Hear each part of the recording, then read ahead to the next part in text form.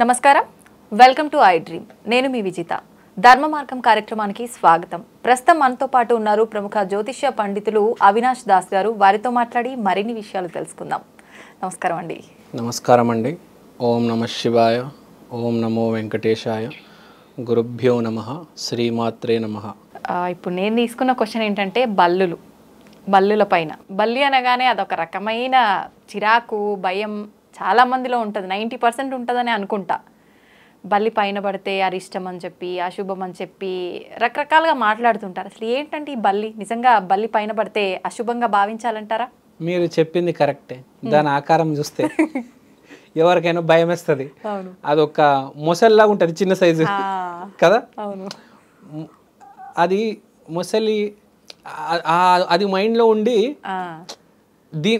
దీన్ని చూస్తే మనకి చిన్న సైజు మొసలిలాగా పిల్ల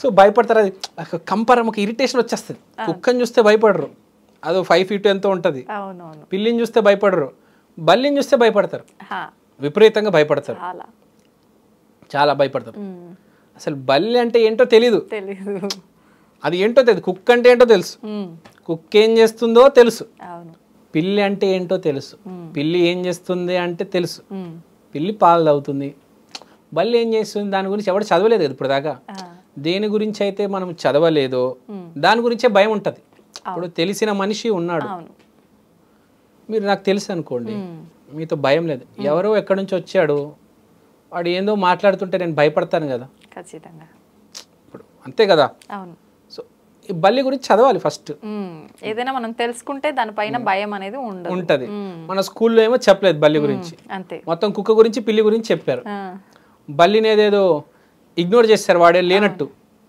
వాడు కూడా ఉన్నాడు కదా ఉన్నాడు ప్రతి ఇంట్లో కుక్క పిల్లి లేకపోయినా బల్లి మాత్రం కంపల్సరీ ఉంటుంది చాలా ఎక్కువగా ఉంటాయి కొన్ని సందర్భాల్లో అవును అది కొన్ని ఇళ్ళలో ఎక్కువ ఉంటాయి యాక్చువల్గా బల్లిని ఎక్కువ మనకి ప్రెజెన్స్ దాని గురించి మాట్లాడట్లేదు చూడండి బల్లి పైన పడ్డం ఒక్కటే కాదండి ఇంట్లోకి వస్తే కూడా అశుభం అరిష్టంగా భావిస్తుంటారు ఇవన్నీ నిజాలే అంటారా మూఢనమ్మకాల అదే అకార్డింగ్ టు సిచ్యువేషన్ భూమి మీద ఏదైనా రిలేటివ్ అన్నమాట ఓకే ఎస్ నో అని 2 సైడ్స్ ఉండవు ఒక్కొక్క మనిషికి ఒక్కొక్క రకంగా ఉంటుంది ఓకే జాతక శాస్త్రంలో బల్లి అంటే కేతువు ధనస్సు రాశిలో ఉంటే అది బల్లి అంటారు బేసిక్గా అంటే ఏంటి కేతు అంటే దైవం వెళ్ళి ధర్మక్షేత్రంలో కూర్చున్నాడు లేకపోతే కూర్చున్నారు మేడం అమ్మవారు స్వామివారు ఇప్పుడు దైవం వెళ్ళి ధనక్షేత్రంలో కూర్చున్నారు అనుకోండి మీకు డబ్బు ఇస్తాడు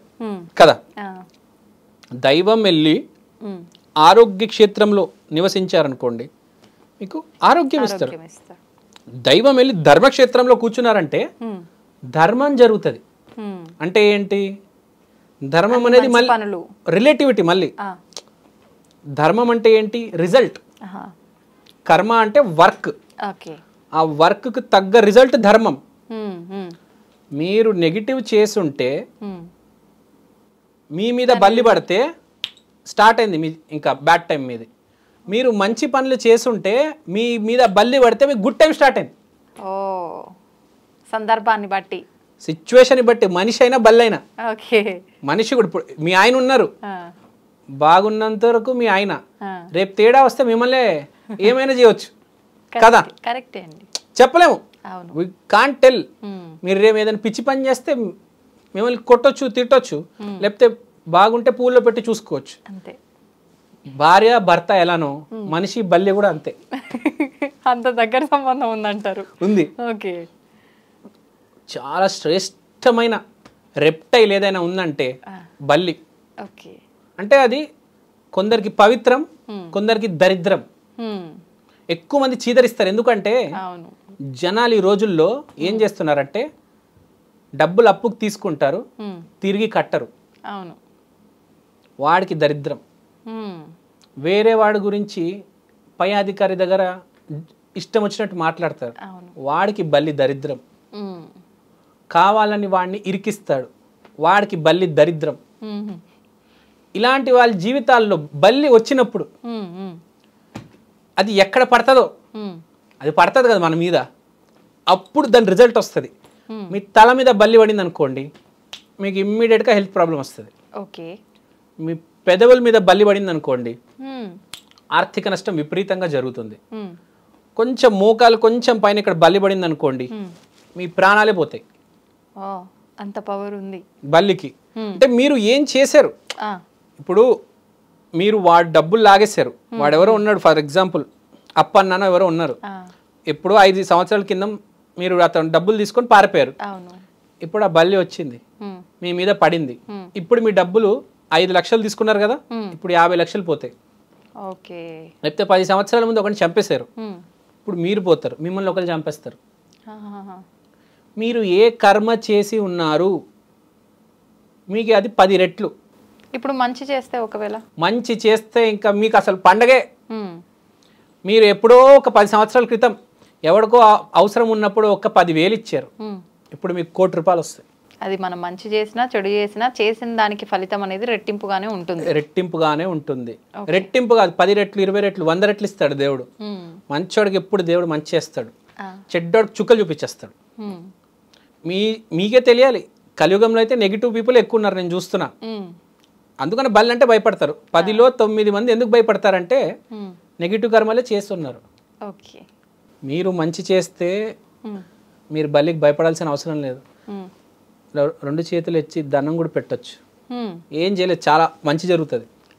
బల్లిని పూజించవచ్చు.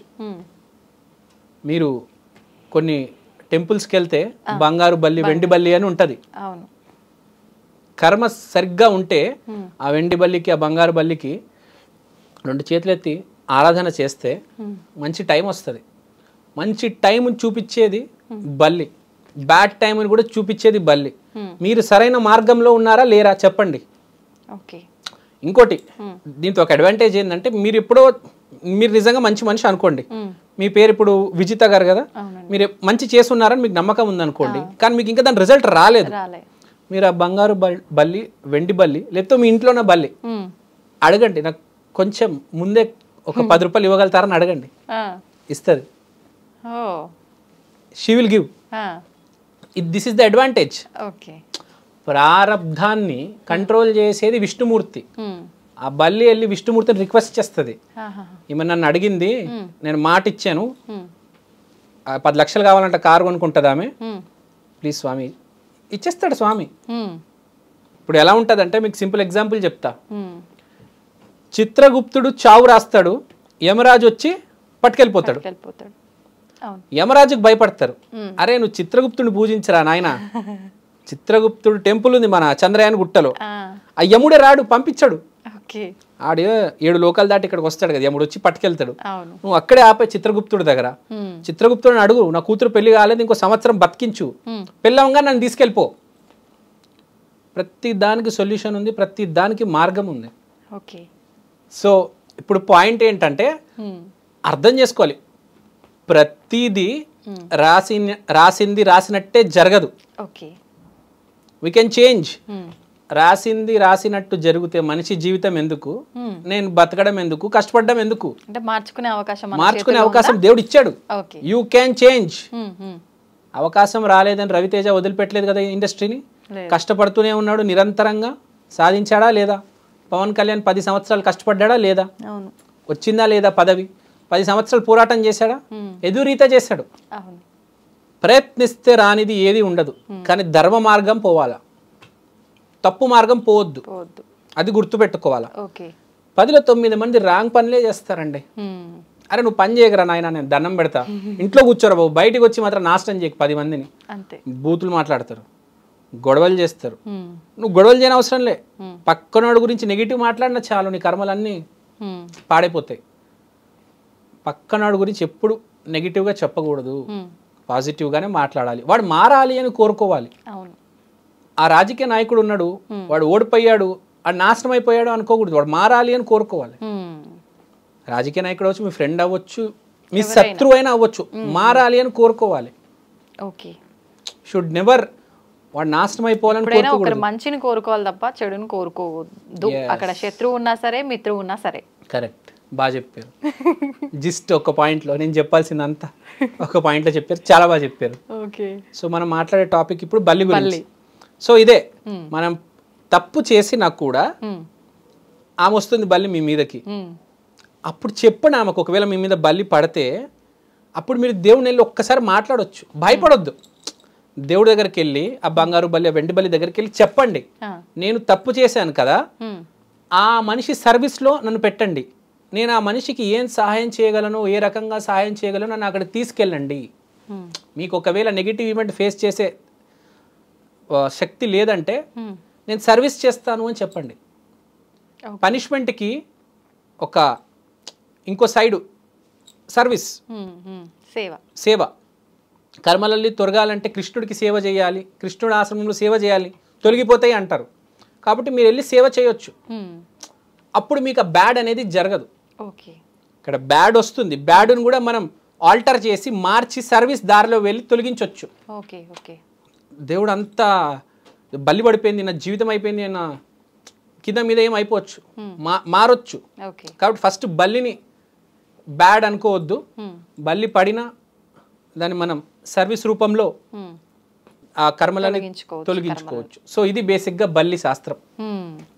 ఓకే, ఎంత చెప్పుకున్నా ఇంకా మిగిలే ఉంటదేమో, ఇంకా చెప్పుకోవచ్చు. అలా 30-40 నిమిషాలు మాట్లాడుకుంటూ వచ్చి ఏ టాపిక్ అయినా.